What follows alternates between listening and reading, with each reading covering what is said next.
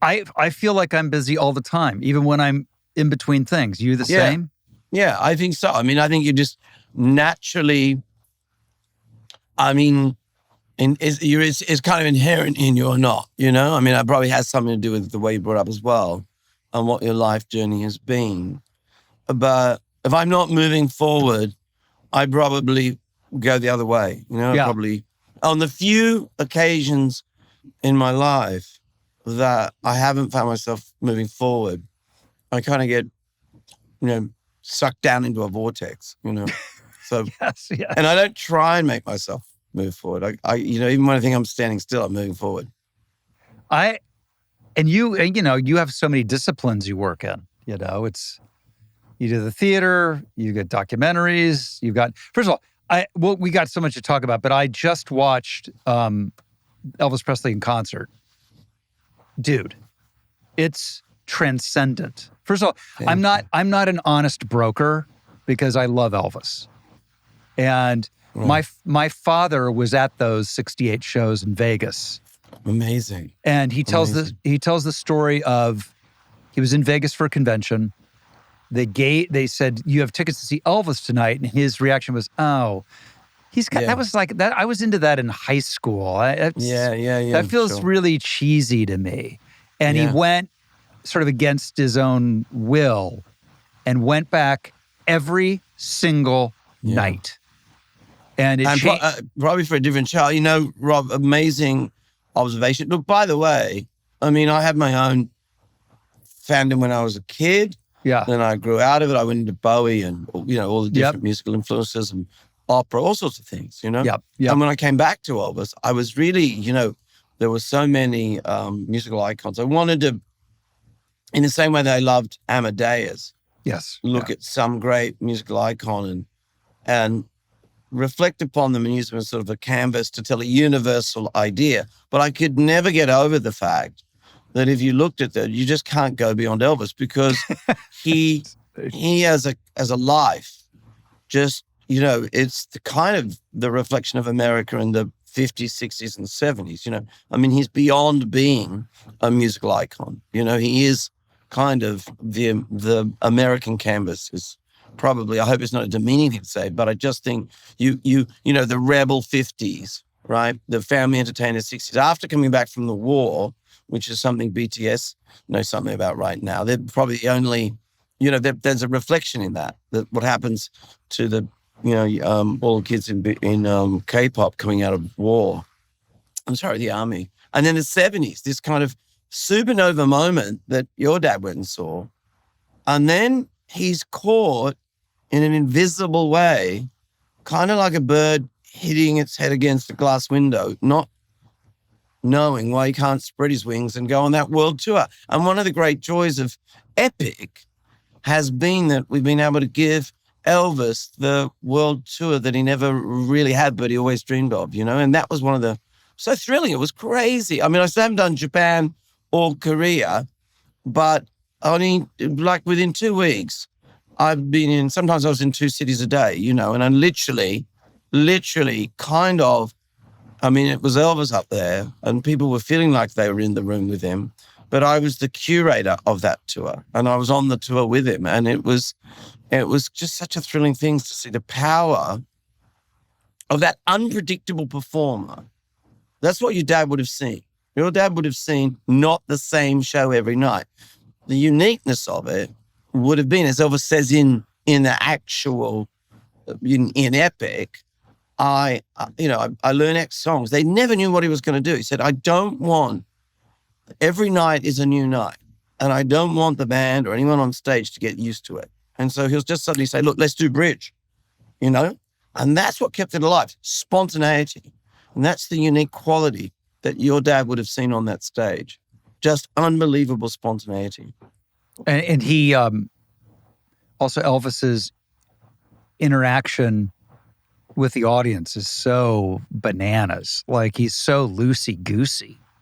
I mean, well, that's it, isn't it? Unpredictable. I mean, there's a lot of talk about AI at the moment, and I know a lot about AI, and I've known a lot about it for a long time. And although I know we need governance, that's for sure, what I don't fear about AI is that it'll make a lot of really great, it'll make a lot of really average things. It can do that. That's right. But what it can't do is be flawed. That's right. And what greatness is just this, it's the human chaos. It's the flawedness. It's the fact that you never knew that Elvis wasn't not only not perfect on stage, you just never knew what he was going to do. But God, was he alive? And gosh, was he human? It's that humanity on stage that you can't stop looking at. And to your point, and probably to your dad's point or experience, I mean, different for you, but I challenge, or my greatest joy is people who just go like, look, whether it's Questlove or, I mean, just less well-known people going, look, I was dragged along to this. Converted is probably too strong a word because I don't want to get religious on you there, but really actually they come out going like, who is this guy? I thought he was wallpaper. I thought he was a Halloween costume. Yes, you know? A caricature. Yeah. A flying Elvis from the movies, a Vegas impersonator, all of that stuff. And he's like, in a way, Michael Jackson, who I knew a little bit. Yeah, I knew Michael a little bit too, actually. And saw him at his height, where they're like gods on earth. They are. It's a great comparison. I mean, I worked a little bit with Michael when we were trying to make something, and I worked twice with Prince, and there's not a long list. Like when you're talking that rarefied air, yes, right. And I've seen Prince and Michael before many times, right? Or Michael only twice, but when you talk about that rarefied air, what they do on stage, and this is where it gets difficult for them, right? What I mean is we can't understand what it's like when you are that great on stage and you are that exalted and you get that much love across the stage lights. When you come off the stage, there's just nothing that can quite fill that void in the same way. Elvis says 5 hours in your movie. In Epic, he says it takes him 5 hours. That's right. And by the way, he sings gospel all night with the gospel singers, with the suites, with the gospel singers with him, with the guys, right? I mean, where's everybody out? They all go to sleep, I'm sure. They're like, please, not one more gospel song. And he's still singing, Nearer Thy God to Thee. I mean, like, and I think without getting too heavily into this, that's where numbing themselves. I mean, they all, in different ways, were anti-drugs, but were very, very versed in prescription drugs. Yeah, isn't that something? And unfortunately, it becomes about numbing yourself.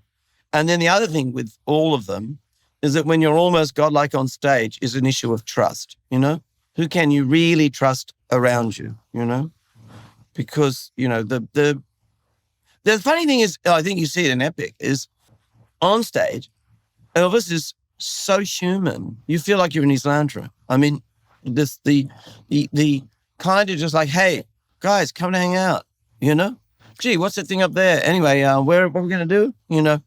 And I say Michael in a very different way. Michael, a very different performer, Michael just literally creating something so beyond reality. Like he was always arriving out of a spaceship or, right. He seemed, and then he'd fly away, Right, yes, you know what I mean? But Elvis just sort of walked on. Like he never, Elvis never exploded out of an egg or something, or vaporized, Yes. He wasn't, because he was really about, his magic was his humanity, He just walk on and do That's All Right, Mama. And and 3 numbers in. And the nervousness, I think what Peter Jackson, wonderful, so lovely to work with Park Road Post. I mean, the reason it looks like it does, I literally found these 59 hours of footage literally in salt mines in Kansas. I did not, by the way, knock the door in. Someone found them and said, look, it's actually there. We thought they were rumored. But there was no sound. So I did a test. It was anamorphic 35 mil, some 16 mil and some 8 mil.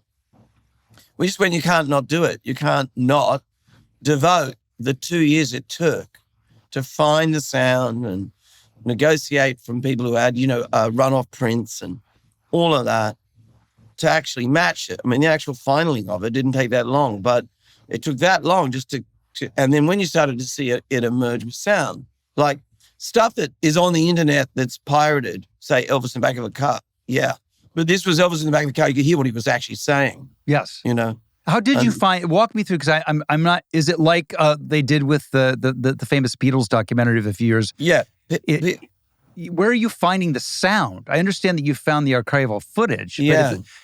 The different with the Beatles, like Peter worked on the Beatles, which is, I just think, the high watermark of, if you want to see how a creative group of people, it doesn't matter about music. That's what I say. That is the high watermark of collaborate, of how you would know, Rob.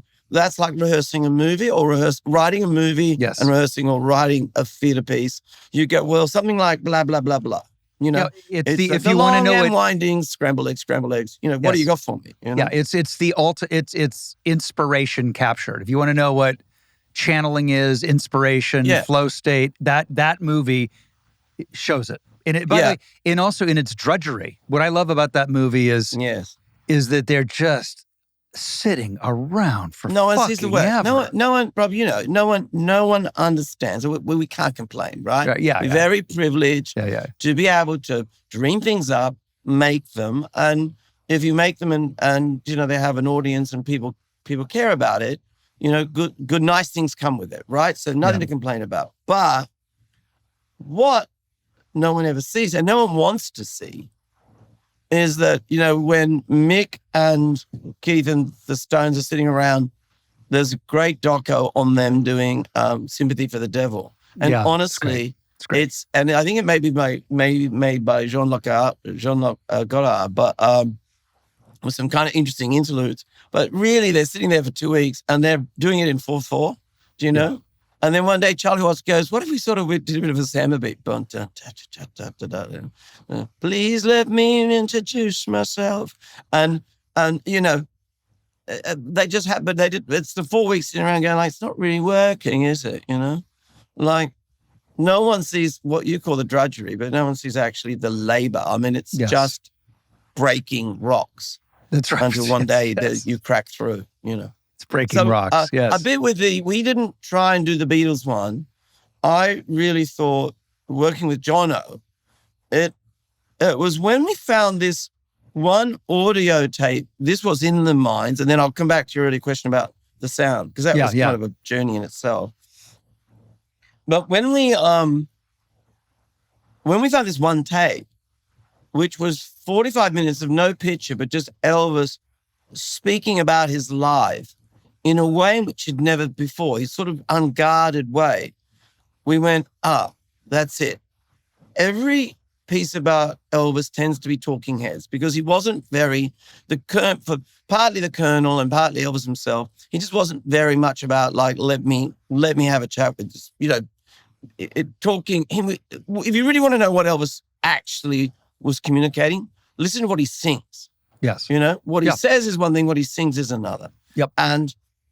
But this was him really unguarded, and there was a reason for it. There's a little bit in the film of Elvis really tired at night. They finished rehearsing, and he's talking about, it's in really early on. He says, I just love music. I love the Spanish flavor and and he's exhausted. He says, guys, actually, he's Elvis on tour. I'll come back. I'll do this in the morning, this talk. And being the most spontaneous person on the planet, he comes back and he goes, you know what? I'm too tired. I don't look great. I've been up all night. I'll just talk and you can use the voice, right? And because he wasn't on picture, I think he was just, his flow is really, really clear. So in that moment, we went, we've got all this footage. We have Elvis on tour. We have all of Hampton Road. We have all of the Vegas. We can't make a 45-hour doco or concert film. Let's not do that. Let's take an attitude. What if Elvis came to you in a kind of dreamscape and told you his story and sang his story in a sort of tone poem? Like I liken it to be a sort of poetic that's why I say more than a concert film, more than a doco. It's kind of and I'm really touched, Rob, and I don't mean it in any faux way that you use the word transcendent, because I think that the greats, their function in life is to transcend us. Yes. Is to 100%. lift us up above this heavy, dark world. And for a few hours, we're lifted up. And then when we hear their music, which, got the vinyl coming out, just saying, but on the 24th of April, because I'm a vinyl nut. Same. Same. Crazy vinyl nut. But, to lift them up, which is why, again, by the way, and one of my great joys in life is that I have worked with the greats, but music's huge in my life. I've produced a lot, and I've worked with the great producers, collaborated with just about everyone, really. But I love being in the studio. Like, I really do love, because music is different other than film. And the film is just such a commitment of years. Whereas, you work with great music artists like, remember Bjork said to me once, Nelly was doing all the Bjork stuff, but she said, she won an award for being a lead in a musical at Cannes. And I'm not sure I asked this question, but I might have. Or a friend of mine said, look, I guess you can't wait to act again. I said, no, you guys have got to turn up at like 5 a.m. in the morning and be creative, right? I like free flow, Before we move on, I have to tell you, and I mean this, the movie is transcended, but you did things in the movie, directorial things, that are fucking amazing. And the two or three things that stand out for me is when you did that sort of storytelling runner where you would take what Elvis is saying and sort of put it through a reverb loop. Yeah. I like to go to Europe. I like to go to Europe. I like to go to Europe. Yeah. And so you're saying, listen to this, pay attention to this. Yes. You're underlining this in Elvis's own words. And you're right. What I realize is you did design it as a dream. It feels like. Yeah. Rob, actually, it's a great technique. I tell you what a breakthrough moment of that is. See, you take a song like Polk Salad Annie. Oh, favorite. But the thing with Polk Salad Annie is, and I think that's one of the great, if you want to know how great a cutter, an editor, cutter's too low a word, John O is. What it took technically to be going from Elvis rehearsing it, performing it with several performances, but it all sonically linking. But there's a moment when he's telling the story. Now, I just been like, well, it's down in Louisiana where the, little girl. And I just thought, like, what a groovy song. But who's this Polk Salad woman? And what is this Polk Salad? Yeah. Right. But you eventually understand. There's a bit of a kind of underlying, you might get high on it. But the real thing is, it's about poverty. Yes. Right? It's about poverty. And because she's so poor, she's basically eating weeds, They're weeds. They're actual weeds. Weeds, right? That's how poor. Now, when I was researching Elvis, I was very honored to have an office in Graceland for like 18 months. Wow. But I found this fellow, and it's in the beginning of the movie, that bit in the movie where you see Elvis in one of the few white houses in the black community in Green Street. I found Sam Bell, who now passed very sadly. Yeah, in the Austin Butler Elvis movie, that great sequence. That's right. Yes, exactly. Yes. On that bit where he and the kids are running around, they go to the gospel tent, they go to the juke joint, all of that. I just put it in verbatim. That's exactly the way he told me that story. But what he did say to me in the videos that I've got of him is, they were from East Tupelo. They were poor. He said, I don't want to put them down. But EP, they used to call him EP. EP was like, and this is his 10-year-old kid. He said they were, and you could tell that he was talking about just how poor they were, And I think that, back to your point, and there's a little bit in the middle where Elvis goes, well, they did all right. Yes, they did all right. No, that's really trying to connect with the idea of Elvis going, we were poor, but we did all right too. I had my mother's love. Or okay, so what did you get from? I'm an Elvis fan. I've heard that song 1,000 times. I've heard 17 different versions of it. I know it backwards and forwards. In your movie, We Did All Right, is piercing, and I couldn't figure out why. Yeah. I've heard him say it 1,000 times. But, yeah. So whatever you were imbuing it with completely it was just comes a thing out. of going like, I wanted to make sure that, Elvis would choose a song musically, but because he's such an incredibly instinctive human being, just so almost nothing but instinct, as he says. I just feel it. They're very early on. And look, some great, iconic, living legends who I know who are unbelievable on stage would say to me, but they rehearse. Like they rehearse what they're going to do on stage physically. Dance-wise, their steps, And, but right up early in the piece, there's a moment they say, well, what you say, what are you going to do on stage? He said, well, I'll just do what I feel. I always have.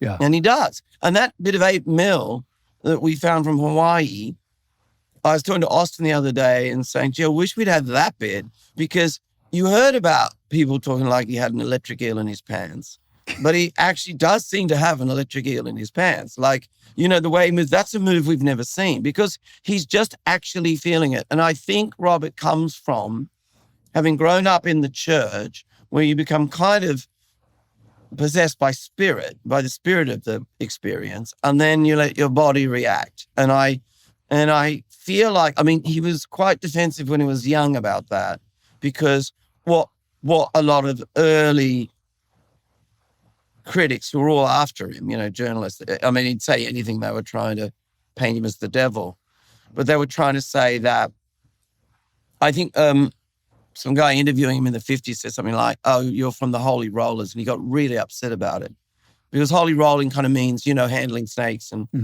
That's right. and that kind of Pentecostal religion. But I think that undeniably, because as a kid he was obsessed with gospel. He would go to the white gospel, but he was sneaking into the back of the black gospel church, singing Mahalia Jackson, and so the mixture, we're all a mixture, but his mixture, imagine you're in the crossroads, Memphis, of all music, really, country, blues, gospel, and then this emergence of rock and roll. Even when I was in Memphis for all those years, we go out to there's a place I think called it was called like the Salon or the Hair Laundry or something like that, because it used to be a hair salon. And next door there was a little venue, and you never knew who was going to turn up. Like there'd be a sort of an electro, Japanese influenced, pop, disco band doing, anything, like just the crossroads of music. So he's there and just absorbing everything. But also, and this is the difference, as he starts to express himself visually and musically and physically, he's very much teased, attacked, and judged as a kid. We all know it, right? You're teenage or something growing up. Yes. And somewhere in there, a lot of choices for most teenagers would be, I'm going to retreat from that. That's not cool. I want to belong. I need to blend in. And he went the other way, when he had the long hair and the truck sideburns and started wearing makeup and, dressing what would have been called in black fashion, right? He went the other way. He leaned into it. He didn't lean away from it. And that's just, maybe it's defiance. Maybe it's being lonely, And the loneliness is there, I think, Rob. You see, he talks about being lonely, love and loneliness, which back to your other two, the other two icons who kind of lived at a point on stage that was so transcendent is on stage, they're incredibly not lonely. Off stage, it's very hard not to be lonely. He is also maybe the most beautiful man ever photographed, I think. I think... don't you think? Well, you know what? You're pretty good looking yourself, right? But well, thank you. No, Thank you very much. I mean, you would know something about that. I mean that just in a more mechanical way, in that really being born, with beauty or really good looking, like, that can destroy you, or that can be something that you can actually come to terms with. And I think he really does come to terms with it. But I think he did it. You're absolutely right. Like it seems like that face is the face of David, carved out of stone. It's insane. And you know what? I always remember there's a little piece with Whitney Houston. Cissy Houston, Whitney's mom, was in the Sweet Inspirations in the show your dad would have seen, because your dad would have seen the 69 show. That's right. So the 69, if he went 2 or 3 times, that was the actual opening gambit. That was five shows. Yeah, it was the opening of the hotel. Streisand had opened it, and he came in and is the next act. Right. And he would have done like 6-7 weeks. And so your dad, let's say his dad said 3 times. So Cissy Houston would have been on stage. Now, Whitney was about 10 one day, and she goes to see Mum, and she says, and Elvis walks in. And she says, well, you don't go like, nice to meet you, Mr. Elvis. She said, when Elvis walked in, you just stared. You couldn't move. You just stared at the face. Now, I think a lot of his kind of self-depreciating humor and all of that, that what you see in the rehearsals, him just sort of gagging all the time, is about being silly and about disarming people, because at a certain point, not only was he beautiful looking, but he would have got the combination of the music and his beauty, and the fact that he then was performing and he moved, he would have got used to very early on. Just people, and I'm not just talking fans, like when you're with really iconic people and you're in the room with them, I mean, politicians and giant intellects who you really admire suddenly go into freeze. Yep. Now with Elvis, he was 6 foot tall. So you can imagine. So I think his whole MO was to disarm everyone and to disarm the least powerful person in the room. You see that stuff backstage, when Sammy Davis Jr. comes back. Yes. You can see he's talking to Sammy, but you can see his eyes flicking around just to make sure everyone's feeling comfortable. And he's talking to everyone. And by the way, that sound has never been heard. What he actually says. Oh, it's unbelievable. I couldn't believe it. It was unbelievable. Yeah, and of course there he is. And the girl says, so was that karate? You were doing karate? He said, and he goes, yeah, karate. Yeah, karate. Yeah. And then the other guy's going, you stole all my moves, I mean, obviously I know all the lines, because when you've been mixing something for 3 months, you sort of, it sticks in your head, It's, there was also something about him backstage. We've all been backstage with icons, or like you say, we're blessed enough to have seen everybody and done everybody, right? So, and it's always interesting how people are backstage, still high from the performance. And I've seen people who are gracious. I've seen people who aren't so gracious. I've sort of seen it all. And I was really struck with Elvis because I've never heard that. I'd never, like you said, we've never had that audio. He seemed so down to earth. Well, yeah. And Rob, too, like, you're right. Never been anything like what, I mean, I have had the great thrill of being dragged, like, on stage. Bono was very tricky with me one day, and he sort of has a trick. I'm not really tricked, but sort of dragging you. There was a sort of curtain that opens, it was in Jersey, I think. It was one of the tours, and the curtain opens, and just for a few seconds, you're sort of on stage, and then they push you into the gutter. This is sort of the gutter, but for a few seconds, I was like because you can't be actually seen, but curtain goes up, and so you're in a stadium moment. You're like, shh, and the great performers, it's not that they get used to it, but they know the mechanics of it. But imagine you're doing that, and you're exciting, 40,000 people all night long, then you come off. And I can understand that you're going like, even as great as you are, my observation is the true greats come off and they're still a bit like, how was I? They never come off and go, I was great, wasn't I? Wasn't I amazing? Oh. They still feel like they could have given more, or they're not. There's a funny feeling, I think, but not funny is not the right word, but I think there's everybody else, we, the audience, are so fulfilled. Yes. And so lifted up and so nourished and so like, let's go out and have the night of our life. That was amazing, right? Right, yes. But that's not the experience of the performer. And you are so right. And, different performers. I mean, I've been around long enough. I'm sure you've been, I've been, with the greats before they go on and with the greats when they come off. Some just don't do the I come off moment because they just go like, I got to get ready for tomorrow night. Some do it like, come see me at the hotel. I got my slippers on, Yes. Got to watch my voice. But isn't it interesting how they choose to handle it? Oh, yeah. It's very, because everybody's different. I mean, I'll never forget seeing Barbara Streisand at the Hollywood Bowl.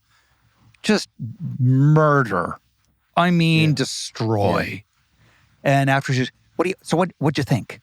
It was good, right? And you're like, I've never actually. I do know Barbara a bit, but I've never seen her perform. Oh my God! Oh my, you have no idea because she puts her friends in the front row because she still has stage fright, and she sings. She sings to you. You can't imagine that's what isn't it? Isn't the gift the ability? The greats have an ability to make every single person feel like they're the only person in the room.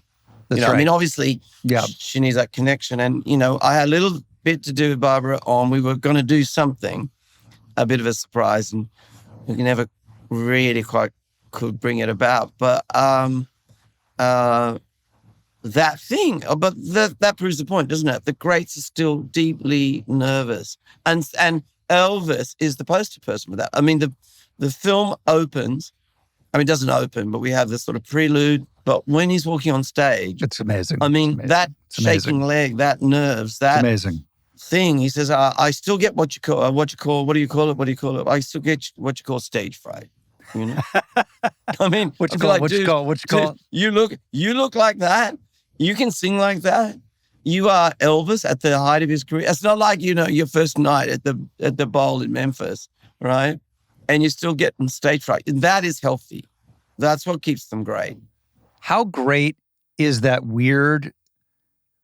entrance, that backwards walk thing that he does? Yeah, side sort of crabbing, really. That crabbing move is so sick. I mean, and that's just an instinctual. Yeah, I think he probably.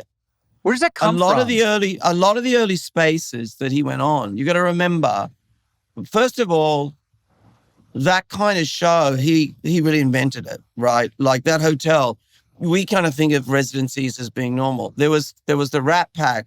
That was a whole different thing. That was like cabaret, right? Yes. That was like a cabaret room, yeah, right? Yeah. So your dad, I mean, when he went to what was then probably the Hilton or the International, probably the International. It was the International. Right. Well, you know what? Back, and I've seen the pictures, the International was stuck out in the middle of the desert. Like it wasn't. It's off the strip. Yeah, it was off the strip, and it was such a big throw of the dice.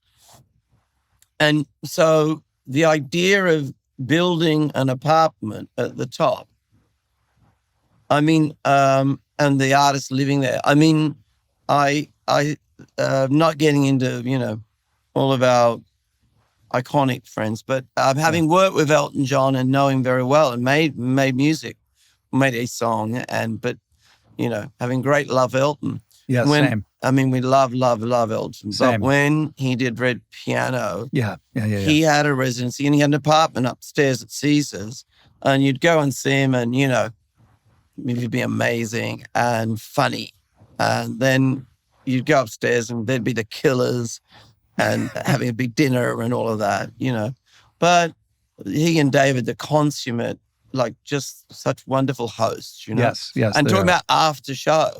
Like the ability to do the show and after. And that's the thing about the residency, right? It's a bit like, the residency is very different from, it's a bit like Adele, right? Who I also know a bit. And Adele's choice was, do I tour around the world? People, I don't think, and I understand the fans' disappointment. I really do. I really, really do. But for Adele to fly around the world and uplift 100,000 people at night or, 50,000 people, she's got to go home she can't go out and party. She got to go home and sit in a hotel room, no matter how big the hotel room and all of that. And it's a little bit different, I think, when you're a band. You know, it's not totally different, but you know, the Stones know how to do Rolling Stones time. You know, they know how to tour, and they've done it all their lives. But they also have each other. And Paul McCartney, I think, says this really beautifully, because they really admired that. I mean, Elvis was such a big thing for them. He said, look, the thing with Elvis is, see, we had each other. We might have been stuck in a hotel room when we were kids, but we had each other, so we could write music. Even Mick and Keith, when the crowds became so big early on, they'd be going, well, let's write a song. But Elvis was on his own from the get-go, from the 50s, you know?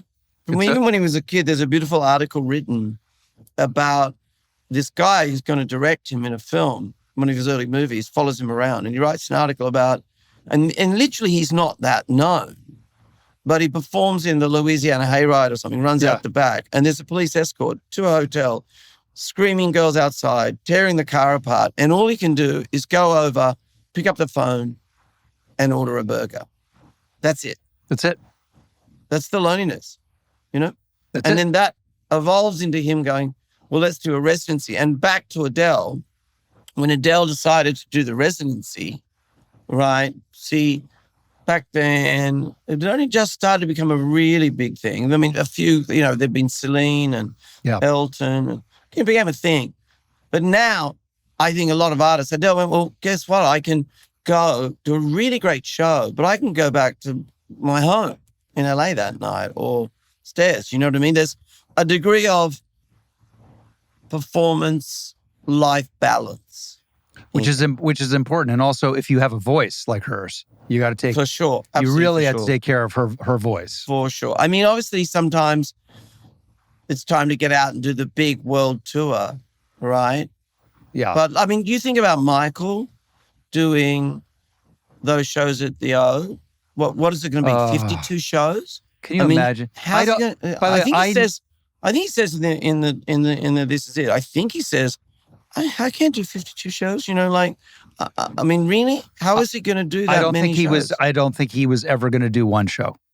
I knew, without getting into it, I knew people deeply involved in that.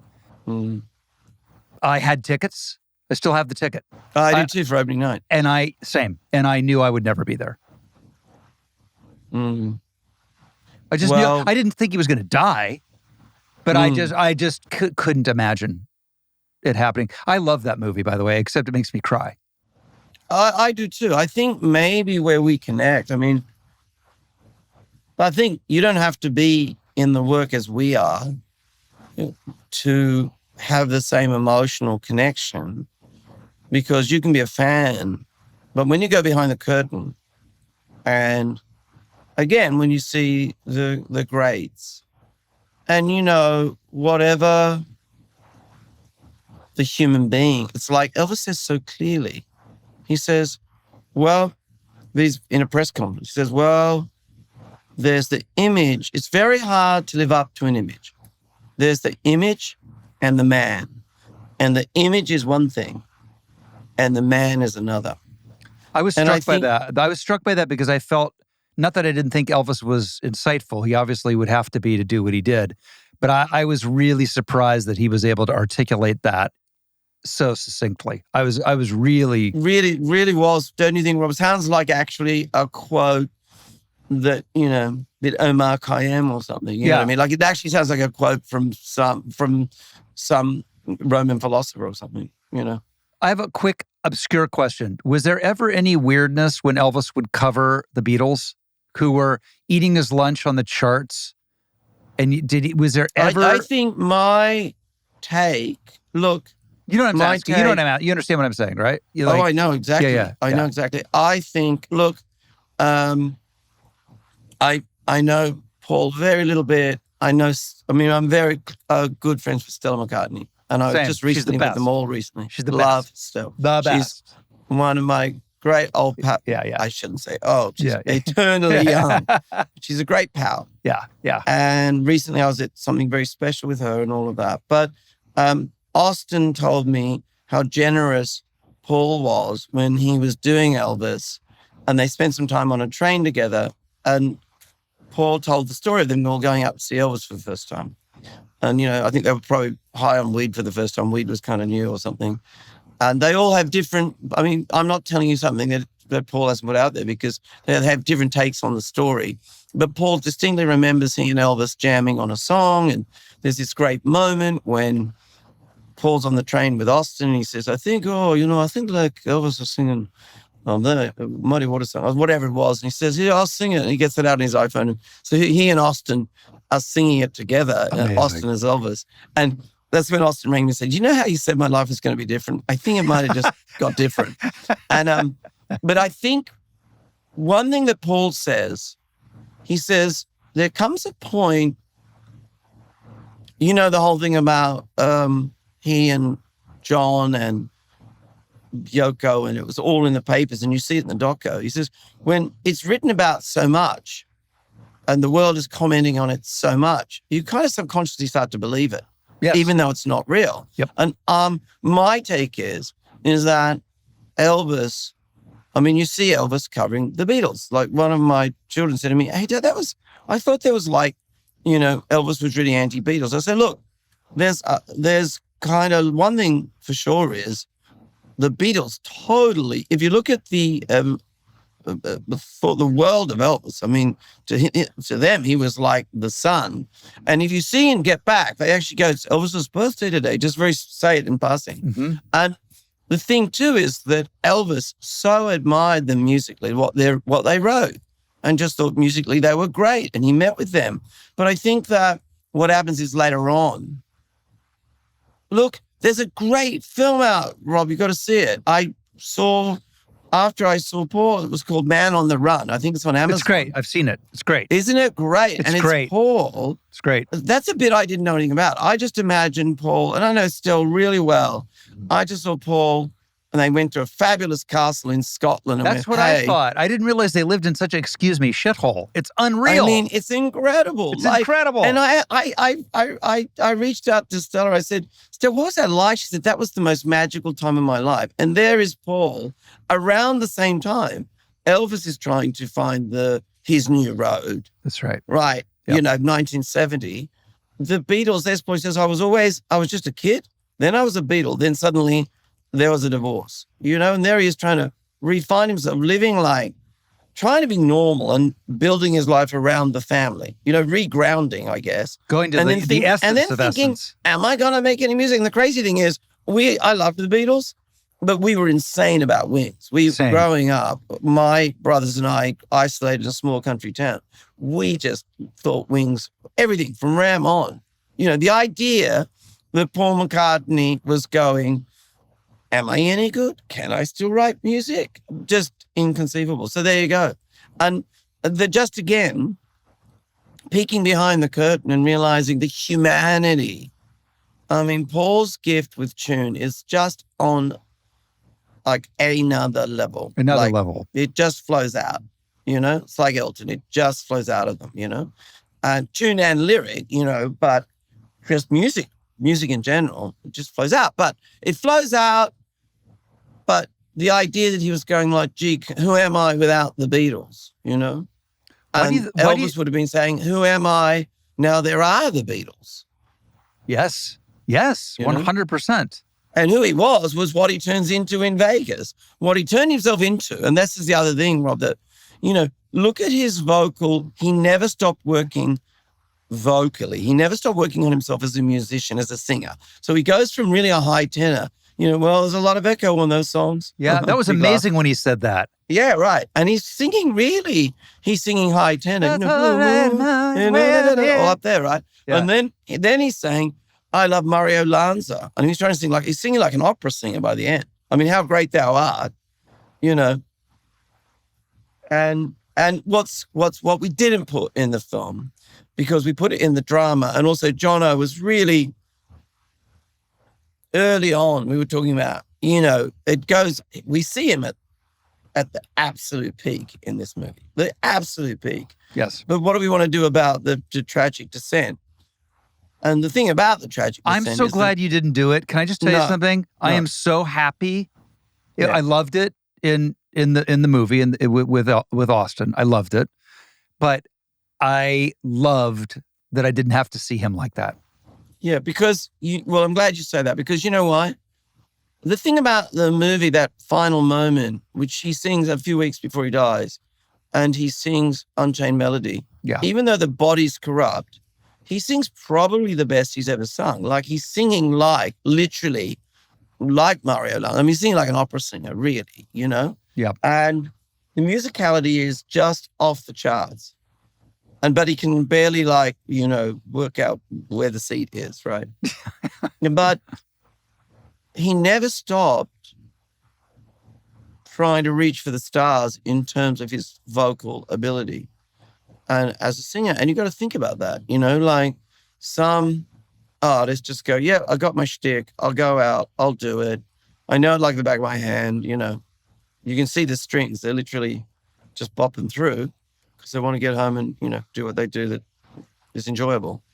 But I think that's what makes greatness, is just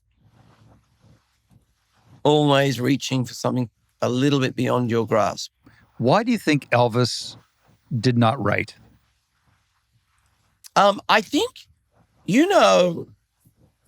the interpretation,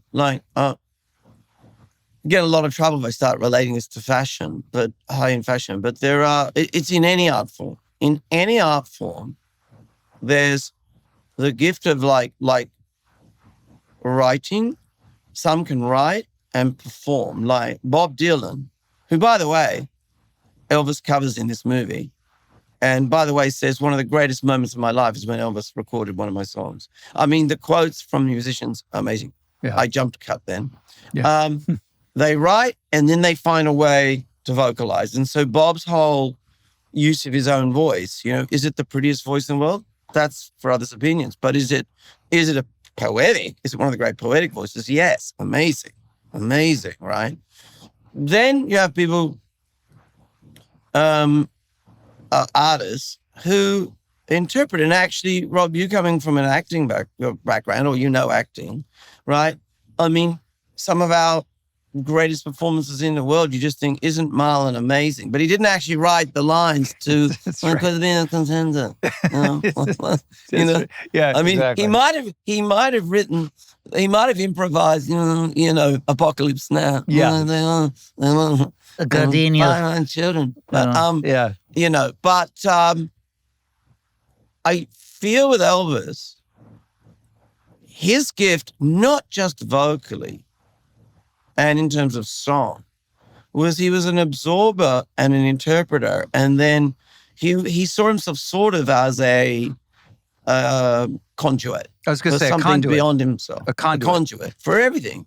And that is a gift, because I liken it to Orpheus, the myth of Orpheus, because Orpheus was such a great singer that the very rocks and stones would get up and follow him. He didn't say he was a great singer-songwriter, Yes. He just sang, right? He would take a song and he would illuminate the song and make it his own.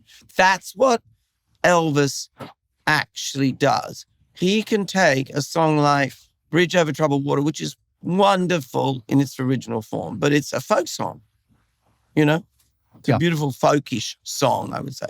And Elvis turns it into this gospel powerhouse ballad, and that's a gift. That's a true and particular gift. And I think that he just loved to sing, and it takes a lot of, if writing comes to you naturally, great.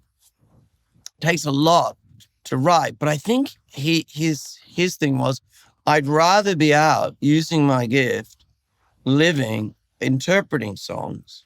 Yeah, it makes sense. And the other thing is, he's getting the best songwriters in the world coming to him, Lieber and Stoller and all the rest of them. Well, exactly. But then until the Colonel, actually, Mike Stoller, I think, turned up to one of the screenings. I got a really nice reaction from him. But the Colonel, of course, went out of his way to cleave them apart. Any artists like that. I mean, I'm sort of not so guarded about giving my opinion about the Colonel, because I was during the film, because I just, the what I found out, I put in the film and all of that. And I didn't want it just to bubble down to, look, all of Elvis's flaws were the Colonel's fault. No, the flaws in all great artists are there. It's just that when someone's MO is looking for the world's greatest carnival act and doesn't actually see the artist, you know, right? Then eventually it's going to be like, how many times can I get you on stage? And then the artist probably going like, how many times can I get on stage? You know, like, that's why I think epic is more a poem than a linear storytelling, you know? I wanted you to feel it or think it or, you know, let Elvis tell his story. As he opened the film with, he says, there's a lot being said, but never from my side of the story. It's amazing. I mean, I could go on and on and on about it. It's great. And I'm a huge fan of yours. Is anything happening with the Joan of Arc? Is that? Sure, I'm deeply in the middle. In fact, I think as I'm speaking to you, I think, maybe I'm wrong, something's being said about it at CinemaCon. Yeah. I mean, I'm deep inside of it. In fact, I'm in my, I pan the camera around and you'd see these walls covered with all the structures and imagery and all of that. Doing the fun part for myself, which is learning to ride in armor, because I don't want to put any actor through anything I don't really understand what it's like. Wow. What? But we're right down the road. I mean, when is it? When are you shooting? Is there a script? Give me the practicals. Yeah, sure. Oh, the facts are simple, right? I'm about 3 drafts in, and we have a wonderful script. I'm working with the wonderful Ava Pickett. She has a show opening in the West End in a few weeks. Amazing. Right? One of her great plays. I love working with her. She's gifted. I have found an extraordinarily gifted young player, Ida Johnson. She is beginning the road of preparation. You got to understand, like, first of all, I hardly ever make movies, and when I do, I prepare them for a very long time. I also need to build almost everything. The way we create the medieval world, at least from my living research, which has been many years, is not often represented on screen in a way in which is decoded, right? There's what it is and what it really felt like. So to actually build everything is taking a very long time. And then there's a lot, I mean, you know, there's 1 or 2 epic battles in it. So these things I really am thorough about. But I will be shooting by the end of the year or early next year, right? I'll certainly into pre. I'm into pre very soon, actually. Real, you know the language, Rob. Yes, yeah. I have pre, and then I have pre. Yeah. And then I have real pre, which is when, to put it bluntly, when we start spending a lot of money building the world. And I'm looking out here in the sunlight out here at a space where construction's going to be starting like literally within weeks, but it'll take a long time. So, I want to do it in a. I just think there's many stories I go, gee, I'd love to do that. And I'm doing other things. You know, we're launching a dining train car in like a few weeks in London. Amazing. That we've made, seminar, yeah. It's a fun, cool. What's the route? Chic. Is it stationary or does it move around? Oh, no, it's going to be on the Belmont. It's going to be on the Pullman. You can go anywhere out in the English countryside. There's a story about it, and a dining car for 12 that goes on this kind of special train. It's like the Orange Express. It's amazing. Same people who do the Orange Express. Yeah. Got it. So we've built that. Oh, with Belmont. Okay, of course. Yes. Belmont. Yeah, exactly. Yes. Exactly. Yeah. So if you feel like having a chic dinner for 12 people, right, I can tell you there's a 1930s dining car named after a fictitious actress called Celia and her fab friends, and you can shove off into the English countryside with a sort of 5-star chef, an amazing bar, and then comes back. It might turn into a little bit of a disco later on, or a dance. I love this. What you want. I love this. I love this. Anyway, all that stuff. But really, there's things that I always think, there's things I want to do, because wouldn't that be fun? Yeah. But then there are things that I think should be done. And I think the story about 100-Year War, where there's a line, I didn't write it, actually, Ava wrote it, which is, we've got to peel this world away from the craggy old hands of these men, right? Meaning that this eternal, just, endless negative energy just going on and on because the previous generation are hanging on with craggy old hands. And along comes a teenage girl, from nowhere and says to all the other young people, you know what? Enough's enough. We need to take our life back, And the king, who's only 25 and is about to run away to Spain and is lost, says no, lifts him up and says, we can change things. There is hope. And reclaims not just France, but actually, I think for the youth of the time, their future. So to me, it's a generational story. And it's a story also about the haves and the have-nots, It's about, and those things I think in 2 years' time when it comes out, it seems like a long time, but, I'm not fast. But those things I think are really relevant now. And that story will need to be told more than ever. And we need to have it out there, I think. I can't wait. It's another, you're the perfect person for it. It's a great story.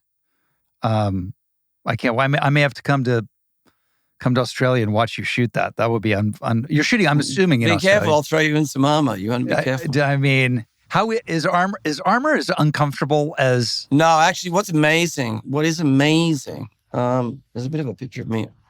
There's me in this. I might grab this. It sounds like a Cheshire. I happen to have a framed picture of me in it. I can do that. Bring that up here. Oh, I got to see this. Trusty system. But can I do something I learned? Yeah. Actually wearing, just put it up here, someone sent this to me. Born to jest, forced to joust. I don't know if you can see the picture. Oh my God, I can see it great. Jesus Christ. How can you even sit on a horse like that? The thing about it is, I learned it in Kettridge, which is in northern England, where they train everyone in armor. But can I tell you something? What you learn is that if it's actually white armor made for you, it's way not heavier than a soldier today. And what I can ride okay, right? I grew up on a farm and horses and stuff. But when I got in the armor, I thought, God, I'm going to make a total fool of myself, right? And honestly, it is so balanced, each piece, that it really, really isn't. You become very used to it very early. The only thing is, it's a bit like scuba diving. It's about dealing with that limited view. The vision. Yeah. And then you got to add to it, right? Things exploding and smoke. I mean, how she actually did it in the most important moment when it looks like, the moment that changes history, that she's going to take back Orleans. She's almost led everybody over the parapet, and an arrow goes 6 inches into her. For sure, she's dead. By the way, but adrenaline, will, the Holy Spirit, whatever it is that you want to language it as, arrow comes out, and she gets back on that horse with half her armor on and leads the French to, free Orleans. And that is not only as Glacidas falls into the Loire, that's not only the end of the siege of Orleans and the turning of the tide for the French, but in my mind, it's literally the end of the Dark Ages and the beginning of the Renaissance. Like, literally that symbolic. Anyway, yeah, amazing. That's one of the things I'm dealing with in decoding is our image of knights in armor, that all seems so like funny or like, how do they do it? So that's why I went and lived in Graceland and all of that, or had the office at Graceland and live it, because I'm from a tiny country town. I literally feel like unless I live it, I can't expect to tell it. And I certainly can't expect actors to play it if I don't really understand the truth to the best of my ability. Well, amazing. I hope our paths cross one day on a set. I'm sure they will, Rob. Listen, we know. I'm occasionally in your neck of the woods. You know? Yes. Well, I was so excited to have you on. I could have talked for another 5 hours about music and all the other stuff that you've done. And well, you know your music for sure. It's beautiful. Oh, thank you. This was great. Epic, Elvis Presley in concert. It's out now. It is my favorite movie of the year by far. Well, thank you, man. Beautiful. And it's so like I said, it transcends the genre. I don't even know what the genre is. It's a poem. It's you said it beautifully. It's a dream. It's Elvis coming to you in a dream. And it is a dream. Baz, thank you, brother. It was great getting to spend time with you. And I'll catch you next time in your part of the world.